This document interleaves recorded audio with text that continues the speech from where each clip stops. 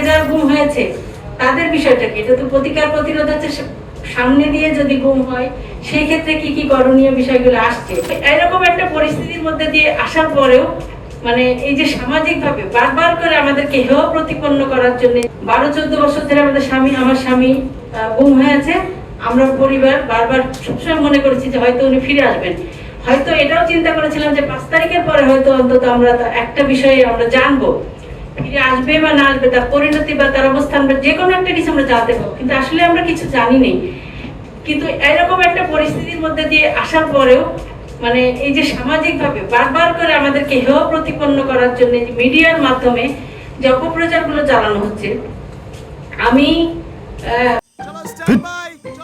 লাইফে কোনো কিছুর গ্যারান্টি নাই, তাই ইন্স্যুরেন্স করুন সিটি ব্যাংকে, কারণ ইন্স্যুরেন্স করলে সিটিতে সুরক্ষা পাবেন নিশ্চিন্তে। এর আগে ওই যে সেদিন কয়েকদিন আগে ওনার সঙ্গে আমাদের আইনমন্ত্রী মহোদয়ের সঙ্গে দেখা হচ্ছে, আমি বলেছি যে এটা নিয়ে কি করছেন, নেক্সট সেশনে এটা উঠবে কিনা, এটা নিয়ে অগ্রগতি কি। উনি আমাকে বলেছেন যে আজকে 17 তারিখে আমরা করব, এটা একটা সবাইকে নিয়ে আলোচনা করে সবার মতামত নিয়ে এটাকে কিভাবে আরো বেশি এফেক্টিভ বা আরো কি করা যায় সেটা নিয়ে আলোচনা। আজকে সেখানে আসা আপনাদের কাছে প্রত্যাশা থাকবে গুম এমন যেন আইন হয় এবং আপনাদের সকলের মতামতে বা সুপারিশ বা যেভাবে সম্মিলিতভাবে যাতে এমন একটি আইন হয় যাতে ভবিষ্যতে এই গুম আর কখনোই বাংলাদেশের জন্য মানে এটা বাংলাদেশ থেকে চিরতরে যাতে নিষিদ্ধ হয়। তাহলে আমার প্রশ্ন হচ্ছে যে যারা আগে গুম হয়ে গেছে, আগে যারা গুম হয়েছে তাদের বিষয়টা কি? এটা তো প্রতিকার প্রতিরোধ হচ্ছে সামনে দিয়ে যদি গুম হয় সেই ক্ষেত্রে কি কি করণীয় বিষয়গুলো আসছে, কিন্তু যারা গুম হয়ে গেছে তাদের বিষয়ে আসলে এখানে তেমন কিছু পাচ্ছি না আমরা কিছু।